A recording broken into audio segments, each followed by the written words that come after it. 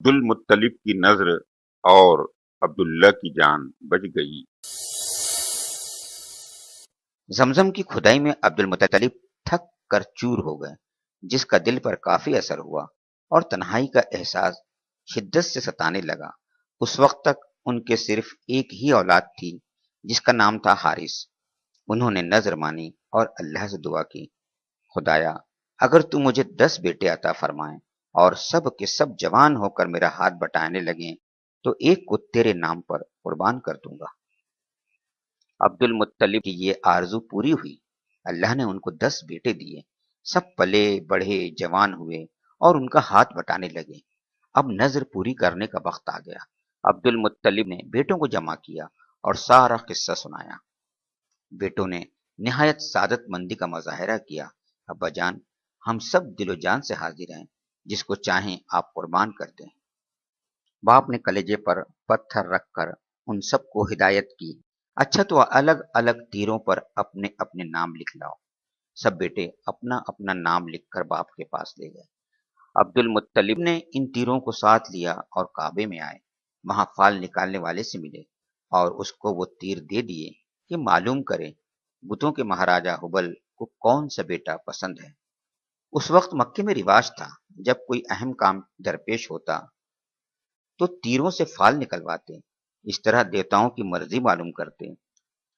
مہنت یا پروہت تیروں کو لے جاتا، دیوتاؤں کے سامنے ایک خاص طریقے سے پھراتا، جس تیر کم ہو دیوتا کی طرف ہو جاتا، سمجھتے بس یہی دیوتا کی پسند ہے، پھر اسی کے مطابق کام کرتے۔ مہنت نے عبد المطلب کے تیر حبل کے پاس پھرائے تو چھوٹے بیٹے عبداللہ کا نام نکلا۔ عبداللہ عبد المطلب کے چہیتے بیٹے تھے، بھائیوں میں سب سے زیادہ محبوب تھے، لیکن کرتے کیا، مجبور تھے، ان کو ذبح کرنے کے سوا کوئی چارہ نہ تھا کہ وہی حبل دیوتا کو پسند تھے۔ عبد المطلب نے بیٹے عبداللہ کا ہاتھ پکڑا، انہیں لیے ہوئے زمزم کے پاس آئے، وہیں قربان گاہ تھی، جس کو بھی کچھ قربان کرنا ہوتا وہیں لا کر کرتا۔ اساف اور نائلہ کے حضور کہ یہ ان کی بڑی دیویاں تھیں۔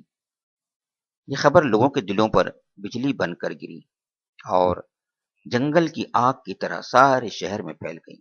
جو جس حال میں تھا عبد المطلب کی طرف دوڑ پڑا، آنن فانن سارے لوگ اکٹھا ہو گئے۔ جسے دیکھیے اس کی زبان پر یہی تھا، نہیں نہیں عبد المطلب، عبداللہ کو ذبح نہ کیجیے۔ اب عبد المطلب عجیب کشمکش میں پڑ گئے۔ انہوں نے اپنی بے بسی کا اظہار کرتے ہوئے کہا، میں تو نذر مان چکا ہوں، نذر پوری کرنی ضروری ہے، آخر میں کروں تو کیا کروں۔ سب کے دلوں کی دھڑکنیں تیز ہو گئیں، سب کے ہونٹوں پر ایک ہی طرح کے جملے لرز رہے تھے کہ اگر مال فدیہ بن سکے تو ہم راضی ہیں، اونٹ ذبح کرنے سے کام بن جائے تو اس کے لیے بھی تیار ہیں۔ لوگ بہت دیر تک سوچتے رہے، آپس میں مشورہ کرتے رہے کہ کیا کریں۔ کسی نے کہا، یثرب کے اطراف میں ایک نجومی عورت ہے، گتھیاں سلجھانے میں وہ ماہر ہے، چل کر اس سے پوچھیں، ہو سکتا ہے اس کا ناخن تدبیر یہ گتھی بھی سلجھا دے۔ سب کو یہ رائے پسند آئی، چنانچہ لوگ گئے، اس عورت سے ملے، اس کو سارا حال بتایا۔ سب کچھ سن لینے کے بعد اس نے پوچھا، کسی قیدی کو چھڑانا ہو یا کسی مجرم کی جان بچانی ہو تو کتنا فدیہ دیتے ہو تم لوگ؟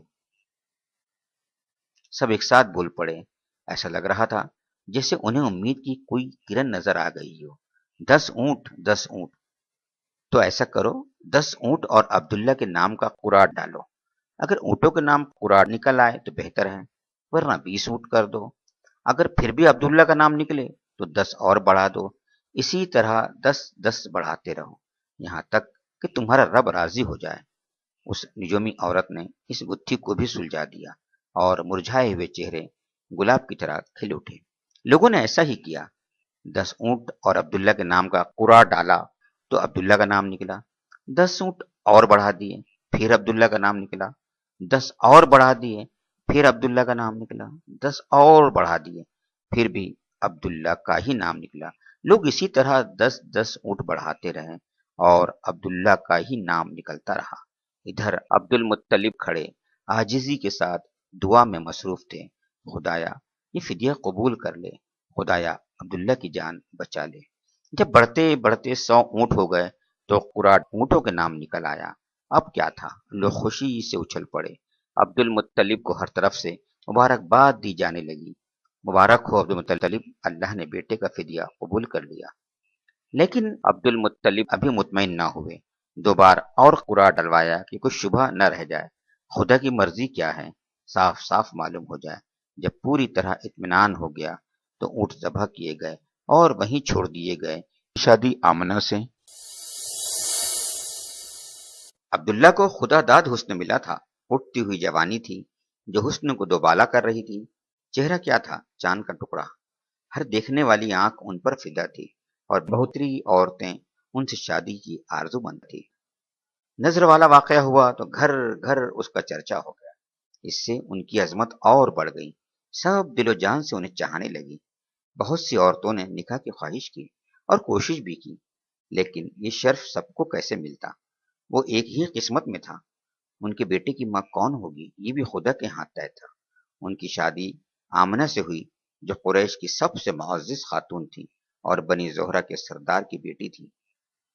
باپ نے بیٹے کی طرف سے نکاح کا پیام دیا، آمنہ کے گھر والوں نے اسے باعث شرف سمجھا، خوشی خوشی تیار ہو گئے، چٹ پٹ شادی ہو گئی۔ دستور تھا دلہا شادی کے بعد 3 دن سسرال ہی میں رہتا۔ عبداللہ بھی 3 دن سسرال میں رہے، پھر گھر چلے آئے، ساتھ میں دلہن بھی آئی۔ عبداللہ کی ارناک موت۔ شادی کو ابھی کچھ ہی دن ہوئے تھے، تاجروں کا ایک کارواں شام جا رہا تھا، اس کے ساتھ عبداللہ بھی ہو لیے۔ واپسی میں مدینے سے گزرے، یہاں ان کے باپ کا ننیال تھا۔ تھکے تو تھے ہی، دم لینے کے لیے ٹھہر گئے، اتفاق سے بیمار پڑ گئے۔ ساتھیوں نے انہیں وہیں چھوڑ دیا اور مکے کا رخ کیا۔